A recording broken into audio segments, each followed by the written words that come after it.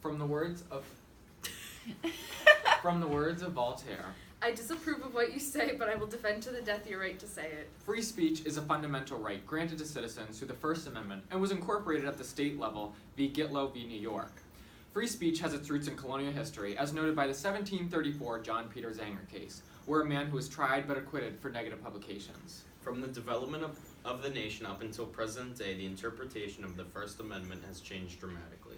Today, free speech in press is shown in a variety of ways, such as donating money, burning flags, and playing violent video games, all of which should be protected, not prosecuted by the government. Congress shall make no law abridging the freedom of speech or of the press or of the right of the people peaceably to assemble.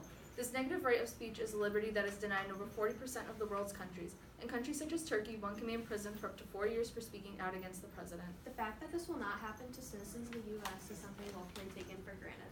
It is Congress's duty to ensure that no laws are passed that would hinder freedom of speech. In some cases, history has shown the system of checks and balances failing the American citizens. During times of war and emergencies, speech is more apt to be limited in America. In order to protect the young nation, John Adams passed the Alien and Sedition Acts, which prohibited negative speech against the government.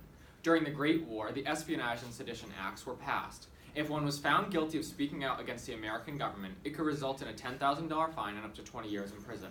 The case Schneck v. U.S. decided it was constitutional for the government to do this. Recently, the USA Patriot Act includes provisions that jail those who advocate and provide written advice for terrorist organizations. The government should always protect freedom of speech no matter how unpopular the opinion is. For example, in Snyder v. Phelps, the Supreme Court ruled that the Westboro Baptist Church could protest at the funerals of fallen soldiers. In this case, Chief Justice Roberts stated, debate on public issues should be robust, uninhibited, and wide open. Speech on public issues occupies the highest rung of the hierarchy of First Amendment values. Brandenburg v. Ohio in 1969 gave similar rights to the KKK.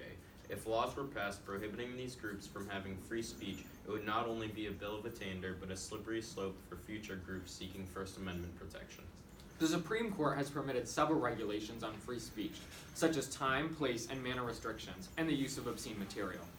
Actions such as donating money to a campaign and burning the American flag are also considered free speech as a result of the rulings in Citizens United v. FEC and Texas v. Johnson. The controversial topic on whether or not there should be limitations of free speech on college and high school campuses has drastically increased.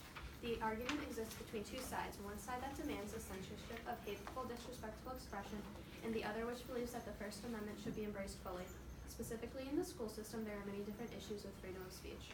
In the case Tinker v. Des Moines, the students were granted rights to wear clothing to protest the Vietnam War. Despite this, many other cases include Morse v. Frederick, Bethel School District v. Fraser, and Hazelwood School District v. Coal 1 minute. Miner rule against the use of free speech for students. Milo Yiannopoulos, who believes people should be able to voice racist, anti-LGBT rhetoric, is often met with violent riots on college campuses. He believes in the right to make such controversial points due to the First Amendment.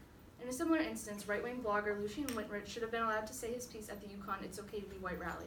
Their points are repulsive, but they should still be allowed to speak if invited. Although there should be some limitations on dangerous free speech on school campuses, students should still have the right to discuss their views. At the University of Massachusetts Amherst, a conservative student activism group has filed a complaint with the U.S. District Court claiming that the institution was inhibiting their ability to rally. The campus bans any speeches and rallies if they don't take place between noon and 1 p.m. But it is still argued that the policy violates the First Amendment. From the ruling of Whitney v. California, Justice Brandeis wrote, Freedom to think as you will and to speak as you think are means indispensable to the discovery and spread of political truth. Oh, I forgot to record it.